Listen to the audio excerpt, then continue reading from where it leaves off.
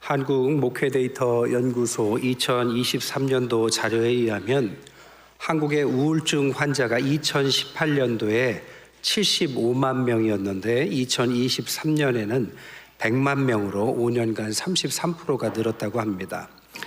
그 중에서 여성은 3분의 2에 해당하고 남성은 3분의 1에 해당해서 여성이 남성보다 더 취약한 것으로 드러났습니다. 특별히 20대가 최근 5년간 90%나 급증할 만큼 20대에게도 이런 우울증 증세가 많이 늘어났다고 그래요. 특별히 기독교인들도 예외가 아니었다고 합니다. 종교와 상관없이 누구에게나 비슷한 통계가 나왔습니다.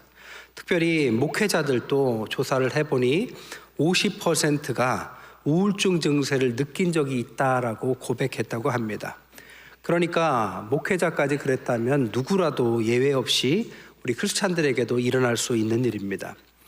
이 우울증이라는 것은 어떤 정신적인 거라고 한다면 영적으로도 이 우울증 증세가 일어날 수도 있습니다. 이것을 함몰 웅덩이 증후군 싱크홀 신드롬이라고 말합니다. 어느 날 길이 꺼지는 현상, 싱크홀이 있죠. 그런 것처럼 오랜 가뭄이나 지하수가 없고 땅이 꺼지는 현상처럼 위에서 누르는 압력보다 안에서 지탱하는 힘이 부족하면 땅이 꺼지듯이 우리가 삶의 영적인 파워가 부족하면 잘 사는 것 같은데 어느 날 땅이 꺼지듯이 영적으로 침체를 겪는 현상을 영적 싱크홀 현상이다라고 말할 수 있습니다. 오늘 본문의 엘리야가 겪는 현상이 바로 이런 영적 싱크홀 현상이죠. 바알의 450명, 아세라의 400명 선지자들과 목숨을 건 싸움에서 대승을 했는데도 불구하고 이런 영적인 싱크홀이 일어납니다. 엘리야가 누굽니까? 구약에서 가장 영적으로 충만한 사람이죠. 그럼에도 불구하고 이런 일이 일어났다면 도저히 상상할 수 없는 그 사람에게 그 일이 일어났고 또한 대승을 거둔 그 직후 도저히 상상할 수 없는 그 시기에 일어났다면 이러한 일들은 누구에게나 언제든지 일어날 수 있다는 것입니다. 저는 오늘 이 영적인 침체에 대해서 몇 가지 은혜를 나눌까 합니다. 첫 번째, 영적 침체에 4가지 증세가 있습니다. 첫 번째로는 전염성이 있더라는 것입니다. 1절, 2절에 보니까 아합이 엘리야가 행한 모든 일과 그가 어떻게 모든 선지자를 칼로 죽였는지를 이세벨에게 말하니 이세벨이 사신을 엘리야에게 보내어 이르되 내가 내일 이맘때 반드시 내 생명을 저 사람들 중 한 사람의 생명과 같게 하겠다. 아합이 이세벨에게, 이세벨이 사신에게, 사신이 엘리야에게 말을 전달하고 전염이 됩니다. 여러분, 감기만 전염되는 것이 아니에요. 죄도 전염되는 속성을 갖고 있습니다. 우리의 삶의 부정적인 태도라든지 비난, 어두움, 화냄, 폭력 이런 죄는 아주 강한 전염성을 보여준다고 그래요. 어느 날 아버지가 아침에 반찬 투정을 해요. 그랬더니 어머니가 화가 나서 화풀이를 누구한테 하느냐? 자녀한테 합니다. 그럼 자녀가 그런 기분으로 학교에 가서 또 아이들하고 싸웠다고 그래요. 그러니까 아버지의 그 분노가 결국에는 아이까지 전염이 된 거죠. 그렇기 때문에 우리는 이 전염성 때문에 우리가 누구를 만나고 어떻게 살아가느냐가 참으로 중요한 것입니다. 정신과 의사들도 어려운 이야기를 계속 듣다 보면 본인도 어려운 마음이 생기기도 한다고 그러잖아요. 그래서 가끔씩 그분들도 정기적으로 또 다른 의사를 만난다고 합니다. 이런 정신 문제뿐만이 아니라 위궤양도 그렇대요. 위궤양을 다루는 의사들이 계속 위궤양 이야기만 듣다 보면 전혀 이거는 정신과 무관한 일인데도 불구하고 그런 의사들이 다른 의사보다 위궤양 증세가 통계적으로 더 높게 나타난다고 합니다. 그러니까 내가 듣는 것, 내 환경에서 어떤 일을 이야기하느냐가 굉장히 영향을 끼치는 거죠. 사람들이 그 사람을 위해 준다고 힘들지 이렇게 이야기하면 내가 힘든가? 힘들긴 힘들지. 그래, 난 힘들어. 아이고 힘들어. 이렇게 될 수 있다는 거죠. 그렇기 때문에 우리가 영적 침체가 느껴진다면 나는 어떤 사람들과 어울리는가를 생각해 봐야 되고 주로 어떤 대화를 하는지를 점검해 봐야 되는 거죠. 두 번째, 영적 침체의 증세는 환경이 하나님보다 크게 보일 때 일어나더라는 겁니다. 3절에 보니까 그가 이 형편을 보았다. 그가 누굽니까? 엘리야가 이런 돌아가는 상황을 보았다, 이런 뜻입니다. 처음에 그런 바알과 아세라 선지자들과 싸울 때는 하나님만 바라봤습니다. 그럼 문제가 없었고 아주 크게 승리했죠. 그런데 이 일 때문에 아합, 이세벨로 이어지는 이야기를 계속 듣다 보니, 형편을 들어보니 생명의 주관자가 하나님이 아니라 왠지 이세벨처럼 느껴지는 거죠. 그러니까 덥석 겁이 나기 시작하고 영적 침체가 일어나더라는 겁니다. 여러분, 환경은 변하죠. 이 변하고 움직이는 것에 의해서 내 마음을 두면 안 되는 것이죠. 집집마다 대장이 있어요. 가장이 대장인 경우도 있고 그렇지 않고 아이들일 수도 있죠. 그럼 누가 대장이냐?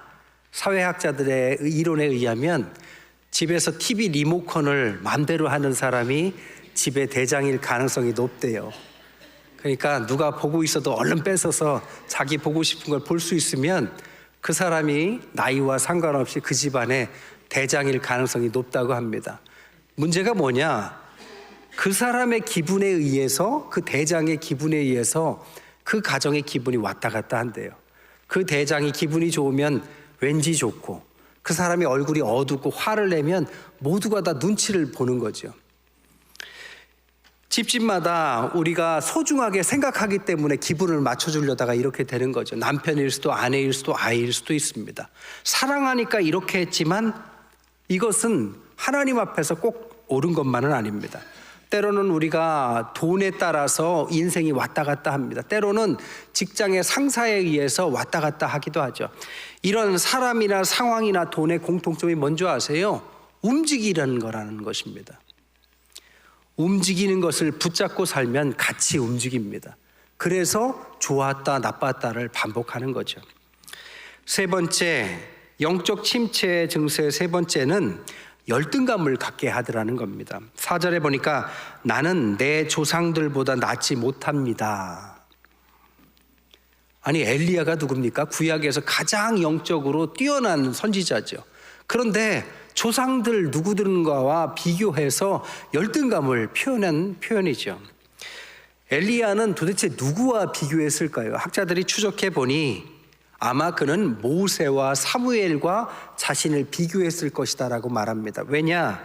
모세가 호렙산에서 하나님을 만난 것처럼 나중에 엘리야도 호렙산을 가죠. 사무엘이 제단을 쌓은 것처럼 갈멜산에서 대결을 합니다. 그러니까 엘리야는 항상 비교 대상이 모세와 사무엘이었습니다. 그런데 모세가 누구고 사무엘이 누굽니까? 모세는 민족을 출애굽시켜서 가나안 땅까지 인도해낸 영도적인 지도자죠. 사무엘이 누굽니까? 왕을 세우기 전까지 선지자, 제사장, 왕의 역할을 다해서 평화를 이뤘던 전무후무한 지도자입니다.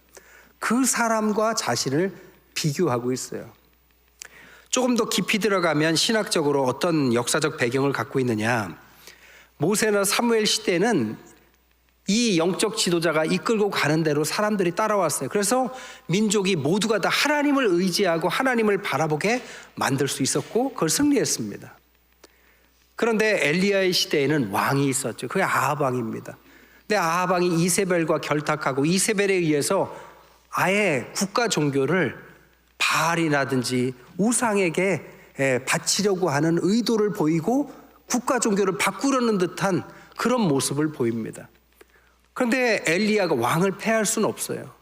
왕을 패하지 않고는 이 나라를 민족적으로 신앙적으로 회복시키기가 힘이 듭니다. 이 딜레마가 엘리야가 모세와 사무엘을 생각하면서 나는 왜 그렇게 할 수 없는가라는 열등감을 갖게 한 이유라고 합니다. 어쨌든 그는 개혁의 한계를 느끼고 있었습니다.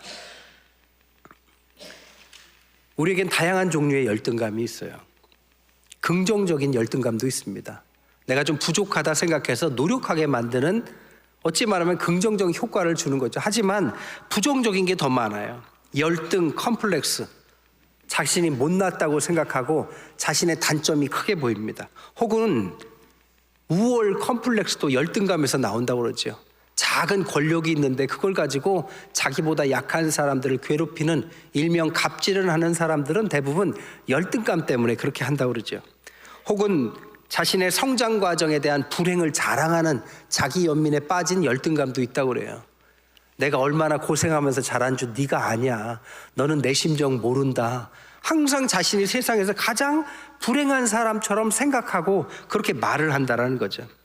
어쨌든 이런 열등감의 결과는 그가 객관적으로 어떠한 상황에 처했다 할지라도 삶에 만족이 없다고 합니다. 한마디로 살맛이 안 나는 거죠. 네 번째 영적 침체는 영적 고립감을 갖는다라는 거죠. 혼자 있는 것같이 느껴지는 거죠. 10절에 보니까 오직 나만 남았거늘 이렇게 말을 합니다. 영적으로 침체되면 다른 사람들이 안 보여요. 자기가 세상에서 가장 불행한 사람처럼 느껴지고 혼자 있는 것처럼 느껴집니다. 고립감이죠. 셀리 트레비시가 고립의 축복이라는 책에 보면 고립이라는 것에 대해서 정의를 이렇게 내려놨습니다. 고립이란 광야에서 있는 듯한 영적인 상태를 말한다. 광야의 기간에는 일상적인 가정에서 떠나 가족과 친구로부터 고립되는 곳을 말한다. 이 기간 동안 하나님의 임재를 전혀 느끼지 못하고 아무도 아는 사람이 없는 것처럼 느껴지고 마치 외국에 사는 사람처럼 느껴진다. 이 기간은 익숙하던 것들과 완전한 결별이 일어나고 결과적으로 자신의 성품이 변화될 때까지 깨어짐이나 발가벗겨짐의 과정을 통과하게 된다. 그래서 혼자 있는 것처럼 아무도 도와주지 않고 도울 사람도 없는 것처럼 느껴져서 고립감, 외로움을 느끼죠. 그래서 우울증에 걸리기도 하고 자살의 충동을 느끼기도 합니다. 외로우니까요. 그래서 엘리야도 성경에 보면 죽고 싶다고 하나님 죽여달라고 말을 하기도 하죠. 신앙인에게 가장 위험한 상태가 바로 이때입니다. 혼자는 아니지만 혼자라고 느끼는 거죠. 머리로는 하나님을 모르는 건 아니지만 가슴으로 느껴지지 않을 때입니다. 은혜가 있을 땐 작은 것도 감사하고 사랑이 넘쳤는데 은혜가 없을 때는 기도도 안 돼요. 말씀도. 그리고 훌쩍 어딘가 혼자 떠나고 싶어요. 작은 것도 짜증이 나고 다 귀찮습니다. 하나님이 함께 하심에도 임재의 느낌을 전혀 느낄 수 없는 그때 그것을 영적인 고립감이다. 영적 침체의 증세다라고 말할 수 있습니다. 그러면 이런 영적 침체를 어떻게 해결하느냐? 오늘 본문에는 세 가지 해결법을 말합니다. 첫 번째, 하나님 앞으로 나아가라 라고 말씀하고 있어요. 11절에 보니까 너는 나가서 여호와 앞에서 산에 서라. 엘리야를 하나님께서 부르시는데 제일 먼저 로뎀나무 밑에서 먹고 쉬기를 반복시킵니다. 먹고 쉬어야 돼요. 너무 힘들 땐 쉬어야 합니다. 하지만 그곳은 종착역은 아니에요. 간이역이죠. 잠깐 쉬는 거죠. 그 다음 어디로 가야 되느냐? 우리의 종착역은 거룩한 산 호렙, 하나님을 만나야 하는 것입니다. 이 영적 침체의 끝은 하나님을 만나야만 끝이 나는 것입니다. 코람데오라는 말이 있죠. 하나님 앞에 서는 것입니다. 시편에서 주님은 어떤 분이시냐? 나의 산성이시고 바위시고 요새시고 피난처시고 반석이시다. 여러분, 이게 공통점이 뭔지 아십니까? 움직이지 않는다라는 거죠. 움직이는 상황이나 형편에 따라서 자꾸 마음을 두니까 마음이 들쑥날쑥 이리 갔다 저리 갔다, 기뻤다가 은혜로웠다가 다운됐다가를 반복했던 거죠. 움직이지 않는 하나님께 마음을 둬야 되는 것입니다. 항공모함이 바다를 가르고 가는데 앞에 불빛이 보이더래요. 그래서 비키라고, 우리가 가야 되니까 비키라고. 그러니까 앞에서 방송이 나오기를 못 비킨다고. 그래서 우리는 항공모함이니까 우리랑 부딪히면 큰일 나니까 빨리 비키라고. 그랬더니 앞에 있는 불빛에서 말하기를 못 비킨다고, 나는 등대라고 그렇게 말했다고 합니다. 아무리 큰 배라 할지라도 등대는 움직일 수 없는 거죠. 하나님은 우리의 등대이십니다. 우리를 비춰주시고 그 자리에서 우리를 빛나게 해주시고 가야 될 길, 해야 될 일들을 밝히 알려주시는 분이 하나님이시죠. 마음을 묶어둬야 될 분은 불변하시고 움직이지 않으시는 하나님 한 분뿐이십니다. 그래서 시편 42편 11절에 뭐라고 하느냐? 내 영혼아 내가 어찌하여 낙심하며 어찌하여 내 속에서 불안해하는가? 너는 하나님께 소망을 둬라. 나는 그가 나타나 도우심으로 말미암아 내 하나님을 여전히 찬송하리로다. 우리 이 시편 40편 11절 우리 함께 읽습니다. 시작. 내 영혼아 내가 어찌하여 낙심하며 어찌하여 내 속에서 불안해하는가? 너는 하나님께 소망을 두라. 나는 그가 나타나 도우심으로 말미암아 내 하나님을 여전히 찬송하리로다. 아멘. 마음속에 혹 영적 침체가 일어나십니까? 그러면 이 구절을 읽으십시오. 그리고 내 영혼아의 내 자에다가 자신의 이름을 붙여서 누구야? 어찌하여 낙심하고 있느냐? 하나님께 소망을 두자. 그럴 때 말씀의 능력이 여러분에게 임하실 줄 믿습니다. 두 번째 영적 침체 해결법은 하나님의 세미한 음성을 들으라는 것입니다. 12절에 보니까 하나님께서 산으로 부르시면서 세미한 음성을 말씀하시죠. 근데 세미한 음성을 듣기 전에 바람도 지나가고 지진도 지나가고 불도 지나가지만 하나님은 거기 계시지 않더라, 이렇게 말씀하고 있습니다. 여러분, 바람과 지진과 불은 보이는 신을 뜻하는 것입니다. 그 당시에 가나안 신의 특징이자 바알과 우상 숭배의 특징은 보이는 신, 굉장할 것 같은 보이는 신이었습니다. 그런데 하나님은 거기에서 말씀하시지 않았어요. 하나님은 보이지 않지만 조용히 세미한 음성으로 우리에게 말씀하셨습니다. 혹자는 이것을 침묵의 소리다라고 말을 합니다. 조용한 가운데 일하시는 하나님, 이게 세미한 소리에 우리의 하나님을 뜻하는 표현입니다.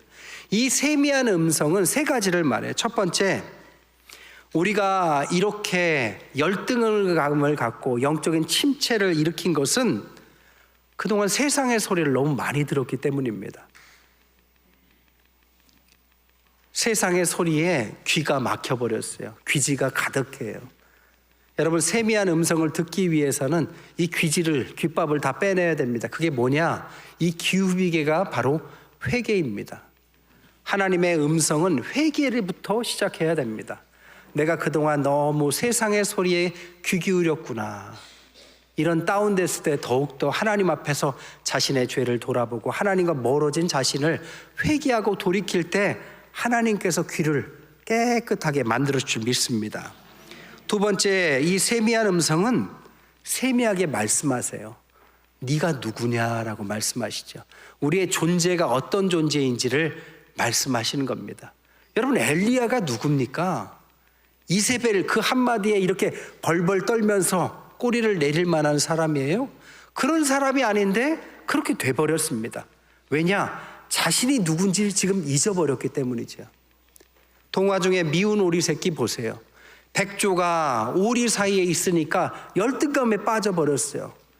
오리 사이에 있으니까 자신이 얼마나 대단한 존재인지를 모르고 오리들의 이야기에 귀를 기울이니 오리들이 할 수 있는 것을 다 못한다고 생각합니다. 그는 또 다른 차원의 백조였던 것입니다. 우리는 하나님의 거룩한 백성입니다.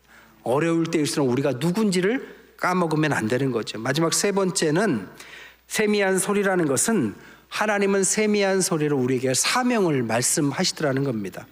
15절 16절에 보니까 여호와께서 그에게 이르시되 너는 내 길을 돌이켜 광야를 통하여 다메섹에서 가서 이르거든 하사엘에게 기름 부어 아람의 왕이 되게 하고 너는 또 님시 아들 예후에게 기름을 부어 이스라엘 왕이 되게 하고 아벨 모홀라 사바사의 아들 엘리사에게 기름을 부어 너를 대신해서 선지자가 되게 해라. 엘리야는 선지자입니다. 선지자가 해야 될 일은 기름 부어서 왕을 세우고 선지자를 세우는 일입니다. 그 사명을 다시 깨닫게 해주는 거죠. 그래서 2명의 왕을 세우고 그의 후계자이자 영적 후계자인 제자인 엘리사를 위해서 가라, 그리고 되게 하라를 3번이나 반복적으로 명령하시더라는 겁니다. 자신의 사명을 깨달아야, 해야 될 일들을 깨달아야 살 목적이 생기는 거죠. 3번째 영적 침체의 해결책은, 영적인 고립감은 영안이 열려야만 끝이 나는 거죠. 엘리야가 자신의 사명을 발견하니까 눈이 열리죠. 영안이 뭡니까? 하나님의 은혜로 나에게만 있었던 모든 것들을 남으로까지 확장시키는 것이 대부분 하나님의 영안을 여는 방법입니다. 나는 하나님께서 그러려고 부르신 거고 그럴 만한 사람으로 준비시켰습니다. 그게 엘리야죠. 그리고 그런 엘리야는 한 명이지만 그런 일로 부르심을 받은 사람은 엘리야 한 명이 아니었습니다. 나만 있는 게 아니에요. 많은 준비된 사람이 있었습니다. 18절에 보니까 내가 이스라엘 가운데 7,000명을 남기리니 바알에게 무릎 꿇지 않고 다 바알에게 입 맞추지 않은 사람이 너 하나가 아니라 7,000명이나 있더라. 여러분, 하나님의 일은 혼자 하는 게 아니에요. 엘리야가 아무리 뛰어나도 하나님께서 엘리야 하나 갖고 일하시겠어요? 숨은 사람이 7,000명이나 있었습니다. 어떤 목사님이 어려운 교회에 부임하셨어요. 부임해 보니까 교회가 너무 어려워요. 사람들의 마음속엔 부정적인 마음, 상처가 가득해요. 뭘 해보려는 마음이 전혀 없는 거예요. 목사님 제일 먼저 기도를 시작했대요. 기도하면서 광고 시간에 광고하기를 교회를 위해서 함께 중보기도 하실 분을 찾습니다. 그랬더니 한 명 권사님이 손을 들었대요. 그래서 그 권사님한테 권사님, 앞으로 권사님이 하셔야 될 일 뭐냐, 우리 성도들 한 분 한 분 만나면서 몇 시에, 매일매일 몇 시에 우리 교회를 위해서 1분간 같이 기도하자, 이 얘기를 좀 해달라. 권사님이 성도들한테 그렇게 얘기했습니다. 성도들이 뭐 큰 일은 못해도 교회를 위해서 1분간 그거 못하겠어요? 그래서 그렇게 하겠노라. 그래서 그 시간만 되면 온 성도들이 함께 1분간 교회를 위해서 기도하기 시작했어요. 어떻게 됐을까요? 교회가 소생하기 시작합니다. 힘을 얻기 시작하고 연합하기 시작하고 나중에는 큰 교회로 부흥했다라는 거죠. 아무리 뛰어난 사람이라 할지라도 혼자는 못해요. 함께 뜻을 모아야, 그래야만 하나님께서 일하실 수 있는 것입니다. 어저께 저희 교회에서 충청 남전도의 협의회 연합회 총회를 했습니다. 이봉우 장로님께서 회장 되셨는데 한 100여 분 오셔서 같이 회의하시고 저희 교회에서 식사 대접을 했어요. 장로님들하고 같이 식사하는데 다른 교회 장로님이 요즘에 밥 해주는 교회가 없는데 어떻게 이렇게 교회에서 밥을 해주냐고. 어제 또 메뉴가 오리탕이었습니다. 그러니까 오리가 금방 되는 게 아니잖아요. 잘 준비해서 드리니까 어떻게 오리탕 같이 맛있는 거를 해주시냐고. 그래서 제가 저희 매주 먹고 있습니다, 이렇게 말씀드렸어요. 그랬더니 이 교회가 진짜 잘 될 것 같다고. 혼자 할 수 없는 거잖아요. 같이 마음을 모아야만 헌신도 하고 봉사를 해서 다른 교회도 섬기고, 그런 교회가 하나님 앞에 사랑받는 것입니다. 말씀을 정리하겠습니다. 하나님은 낮추신 다음에 좋은 것을 채우십니다. 항상 그러셨어요. 19절에 보니까 엘리야가 가국에서 떠나 사밧의 아들 엘리사를 이제 비로소 만나게 됩니다. 낮추신 다음에 최고의 동역자이자 후계자였던 엘리사를 얻게 됩니다. 그 이전까지는 혼자 싸웠어요. 근데 이제부터는 같이 함께 그것을 싸우기 시작합니다. 혼자 하는 게 아니에요. 제자들과 함께 동역하기 시작해요. 한마디로 말하면 한 사람의 10걸음이 아니라 10사람의 한 걸음을 하기 시작하더라는 겁니다. 한 가지 이야기만 더 하고 마칠게요. 옛날 제가 부목사일 때요, 교회 일이 하도 많아서 탈진이 됐어요. 그랬더니 좀 다운되니까 권사님 한 분이 목사님 왜 이렇게 다운됐느냐, 저보고 기도원에 좀 갔다 오래요. 그래서 제가 바빠서 저 기도원 갈 시간도 없어요. 그랬더니 권사님이 참 이상하네, 이럴 때는 기도원 가라고 목사님들한테 배웠는데 그 제가 참 맞는 얘기다. 여러분, 영적으로 침체될 때는 답을 몰라서가 아니라 답이 생각이 나지 않습니다. 그때는 누군가가 도와주고 그 누군가가 하나님의 그 원리대로 살아가고 풀어갈 수 있도록 도와줘야만 그 시절을 바꿔서 훌륭한 사역자가 될 수 있는 거죠. 여러분, 사순절입니다. 사순절도 여러분 2주밖에 이제 안 남았어요. 사순절의 기간 동안에 혹 여러분 가운데 영적인 침체인 분이 계십니까? 혹은 주변에 누군가가 그렇습니까? 그렇다면 함께 기도하면서 낮추셨던 하나님께서 우리를 그것을 탈피케 하시고 다시 새로운 출발을 주신 하나님인 줄 믿습니다. 그런 은혜가 함께 하시는 사순절 되시기를 주님의 이름으로 간절히 축원드립니다.